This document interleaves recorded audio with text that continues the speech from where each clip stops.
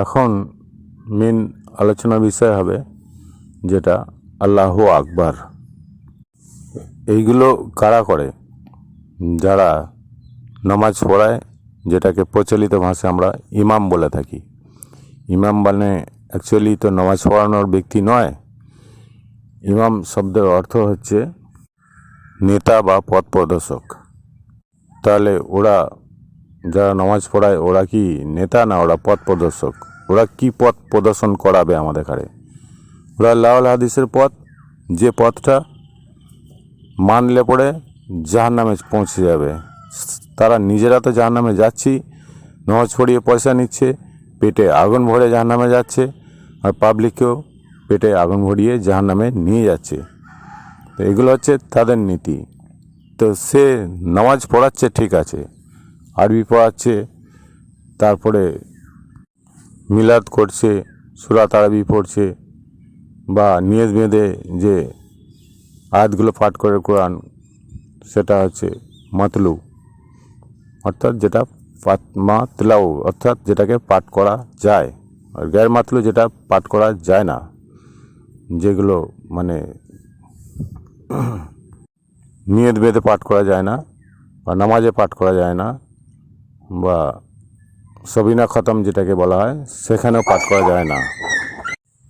কিংবা কোনো মানুষের মৃত্যু হয়ে গেছে, মুসলমান ধর্মের মানুষের, তা আত্মাটা বার করার জন্যে 40 করে, 4 দিনে করে, সেখানে সবিনা খতম, কোরআন খতম করে, সেখানে পাঠ করা হয় না। সেখানে হাদিসের আয়াতগুলো কি তারা পাঠ করে? কোনো দিনই নয়। সেটা হচ্ছে গ্যার মাতলু। ওরা জানে ভালো রকম যে ওখানে সবিনা খতমে বা কোরআন কানিতে হাদিসের আয়াত পাঠ করা যাবে না। কিন্তু নামাজে দাঁড়িয়েও গ্যার মাতলুটাকে পাঠ করা যাবে না সেটাও জানে, কিন্তু তবুও পড়ে। সূরা ফাতিহা পড়ার পর আরও 1.5 রুকু যে কোনো একটা আয়াত পাঠ করে। সেই আয়াতগুলোর মধ্যে দেখতে হবে যে আল্লাহ মানুষকে যেটা শিক্ষা দিয়েছেন, সেই শিক্ষা যেন কুল হো আল্লাহু আহাদ, বলো আল্লাহ এক এবং অদ্বিতীয়। আরও বহু সূরা আছে, সেগুলোকে যদি বলে আল্লাহ যেটাকে মানুষকে শিক্ষা দিয়েছে, সেগুলো গিয়ে আল্লাহকে গিয়ে আল্লাহর ঘরে গিয়ে নিয়ত বেঁধে আল্লাহকে শিক্ষা দিচ্ছে। এগুলো কি হচ্ছে? এগুলো খ্যাপামো হচ্ছে। খ্যাপামোগুলো করে পেটে আগুন ভরে সে চলে যাচ্ছে, তার ফ্যামিলি চালাচ্ছে। আর যারা পাবলিক তারা গিয়ে কী করছে? আজান দিচ্ছে, মসজিদে গিয়ে আজান দিচ্ছে। সেখানে কি বলছে? আল্লাহ আকবার, আল্লাহ আকবার, চিল্লাচ্ছে আল্লাহ আকবার, আল্লাহ আকবার করে। আরে বাবা, আল্লাহ আকবারটা কোরআনে কোথায় লেখা আছে? আল্লাহ আকবার শব্দের অর্থটা কি? আল্লাহ আকবার মানে সব থেকে বড় আল্লাহ। সব থেকে বড় আল্লাহ, আল্লাহ সব থেকে বড় আল্লাহ, নিশ্চয়ই ছোটো আল্লাহ আছে, এটা প্রমাণ হয়ে যাচ্ছে। এটা তো কোরআনে নেই সব থেকে বড় আল্লাহ কথাটা। তাহলে সব থেকে বড় আল্লাহ যদি হয়, সব থেকে ছোটো আল্লাহটা কে তাহলে? তার মাঝখানে আল্লাহগুলো কে? এগুলো হচ্ছে শিরক বিদআত, বাড়াবাড়ি করতে নিষেধ করেছে আল্লাহ কোরআনে। সূরা নিসাতে 4 নম্বর সূরা নিসার 171 নম্বরে আল্লাহ কি বলছে? হে কিতাবীগণ, তোমরা ধর্ম নিয়ে বাড়াবাড়ি করো না। তাহলে নিসা সূরার 171 বলছে তোমরা ধর্ম নিয়ে বাড়াবাড়ি করো না। এই কথাটা বহু জায়গায় লেখা আছে, আমার ভিডিওটা বড় হয়ে যায় বলে আমি একটাই বললাম। এরপরে যেটা বাড়াবাড়ি করছে, যেটা আল্লাহ আকবার কোরআনে লেখা নেই, সেটাকে বলছে মানে বাড়াবাড়ি করছে। বাড়াবাড়ি করলে কী হবে? জাহান্নামে আগুনে পুড়তে হবে। সেটা অন্য সূরায় লেখা আছে, আমি পরে ভিডিওতে বলবো যদি জানতে চায় কেউ। তাহলে বাড়াবাড়ি করছে, এগুলো কি করছে? বাঁদরামি করছে এগুলো। কোরআনে আল্লাহ শব্দটা বহু জায়গায় লেখা আছে, আকবর শব্দটাও বহু জায়গায় লেখা আছে, কিন্তু একসঙ্গে জুড়িয়ে দেয়া নাই। আমি কয়েকটা সূরা আয়াত আপনাদের বুঝিয়ে বলার চেষ্টা করছি। যেমন 6 নম্বর সূরা আনামের 19 নম্বর আয়াতে, সেখানে আল্লাহ কি বলছেন? যে আপনি জিজ্ঞেস করুন যে সাক্ষ্যদাতার সব থেকে বড় কে? তাহলে এখানে কারো নাম ধরে বলছে না, এখানে বলছে আপনি জিজ্ঞেস করুন। যে কোরআনটাকে বুঝছে তাকেই বলছে, অন্য কেউ নয়। সাক্ষ্যদাতার সব থেকে বড় কে? সেখানে আল্লাহ বলছে যে বলে দিন যে আল্লাহ এবং তোমাদের মধ্যে সাক্ষী। আর আমার প্রতি এই কোরআন অবতীর্ণ হয়েছে যাতে আমি তোমাদেরকে এবং যাদের কাছে এই কোরআন পৌঁছে যাবে তাদের ভীতি প্রদর্শন করি। তাহলে এখানে নাম তো উচ্চারণ করা নেই কারো। বুঝতে হবে যে এখানে নাম উচ্চারণ করা নেই, ব্র্যাকেটে যেখানে নাম দিয়ে দিলে এটা ভুল, এগুলো বাড়াবাড়ি। আমার বলার উদ্দেশ্য হচ্ছে যে সাক্ষ্যদাতা সব থেকে বড় কে? সব থেকে বড় সেটা হচ্ছে আকবর লেখা আছে, আরবিতে পড়ে দেখবেন আকবর শব্দটা লেখা আছে ওখানে। আবার 6 নম্বর সূরার 78 নম্বর আয়াতেও সেখানে আকবর শব্দটা উচ্চারণ করা আছে। সেখানে বলছে, অতঃপর সে যখন উজ্জ্বল রূপে উদয়নমান দেখল, উজ্জ্বল রূপে উদয়নমান দেখল, সে যখন বলেছে, তার আগে লেখা আছে ইব্রাহিম, অন্য আয়াতে লেখা আছে যেটা ইব্রাহিম, সেটা কোথায় আছে 75 নম্বর আয়াতে ইব্রাহিমের কথা, ওখান থেকে শুরু হয়েছে। তাহলে 77-এ বলছে কি, অতঃপর সে যখন চাঁদকে উজ্জ্বল রূপে দেখলো, উদয়মান দেখলো।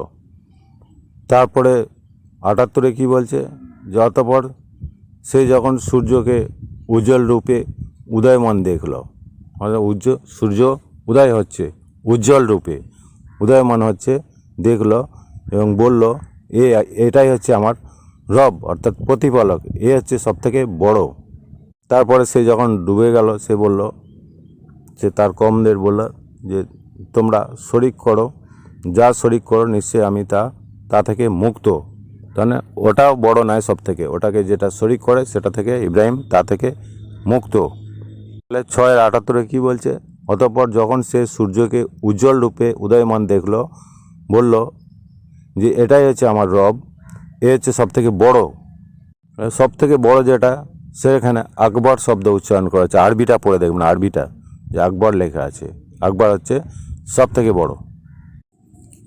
সূরা তাওবা 9 নম্বর সূরা তাওবার 72 নম্বর আয়াতেও এখানে আল্লাহ কি বলছেন, যে আল্লাহ মুমিন ও পুরুষ, মুমিন আর নারীদেরকে, মুমিন পুরুষ ও মুমিন নারীদেরকে জাহান্নামের ওয়াদা দিয়েছিলেন, যার নিচে দিয়ে প্রবাহিত হচ্ছে নাহরসমূহ, তাতে তারা চিরদিন থাকবে, এবং স্থায়ী জান্নাতসমূহে, পবিত্র বাসস্থানসমূহে। আর আল্লাহর পক্ষ থেকে যেটা সন্তুষ্টি, আল্লাহ যেটা সন্তুষ্ট হবে সেটা হচ্ছে সবথেকে বড়, আল্লাহর সন্তুষ্টিটা সবচেয়ে বড়, সেখানে আকবর শব্দ উচ্চারণ করা আছে। এই আকবর শব্দটা আল্লাহর সন্তুষ্টিটা সবথেকে বড়, কিন্তু আল্লাহ বড় নয় সব থেকে। এটাই হচ্ছে মহাসাফল্য। এটা হচ্ছে সূরা তাওবার 72 নম্বর আয়াতে।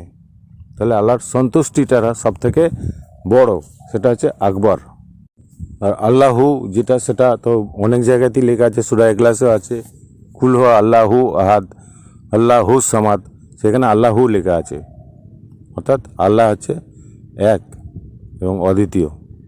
কিন্তু আল্লাহ যে সব থেকে বড় সেটা বলা নেই, যে আল্লাহু আকবর এরম লেখা নেই, আল্লাহু সামাদ লেখা আছে। ভালো করে বুঝবেন, আল্লাহু সামাদ, আল্লাহু আকবর নয়, আল্লাহু সামাদ। তাহলে এখানে হাদিসের পণ্ডিতরা আল্লাহু আকবরটা কোথায় কোথায় নিয়ে যাচ্ছে, বহু জায়গায় নিয়ে যাচ্ছে।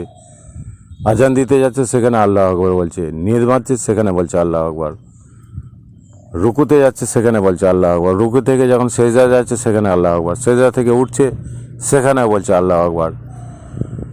তারপরে আবার যখন কোনো ব্যক্তি রাত্রে নিদ্রা যায়, অর্থাৎ শুতে যায় বিছানায়, সেখানে বলছে আল্লাহ আকবর। কোনো কিছু আশ্চর্য জিনিস দেখলেও, বিপজ্জনক ভয়ঙ্কর জিনিস দেখলেও সেখানে বলছে আল্লাহ আকবর। এগুলো কি? আবার যখন নারা লাগাচ্ছে, অর্থাৎ যেটা স্লোগান, যেটাকে বলে স্লোগান মানে হচ্ছে নারা, সেখানে নারা লাগাচ্ছে কি, নারায় তকবীর আল্লাহু আকবর। এগুলো কত রকম খ্যাপামা হচ্ছে। নারায় তকবীর আল্লাহ আকবরটা আল্লাহ কোরআনে কোথায় লিখেছে আল্লাহ আকবর, আল্লাহ সব থেকে বড়, এগুলো খ্যাপামা হচ্ছে। আমি বাঁদরামি বললে রাগ হয়ে যাবে, যার জন্য আমি বলতে চাইছি না, কিন্তু এগুলো খ্যাপামা হচ্ছে। তাহলে আল্লাহ কোরআন থেকে বাড়াবাড়ি যারা করে তাদের জন্য জাহান্নামের কঠিন শাস্তি আয়োজন করে রেখে দিয়েছে। এগুলো অন্য সূরা আছে, পরে ভিডিওতে আমি বলবো ইনশাআল্লাহ তাআলা, আল্লাহ যদি আমাকে শরীর সুস্থ রাখে। আর আপনারা অপেক্ষায় থাকুন, এর পরের ভিডিওটা বিভিন্ন সূরা থেকে বলবো, যেটা নিসা শব্দের অর্থ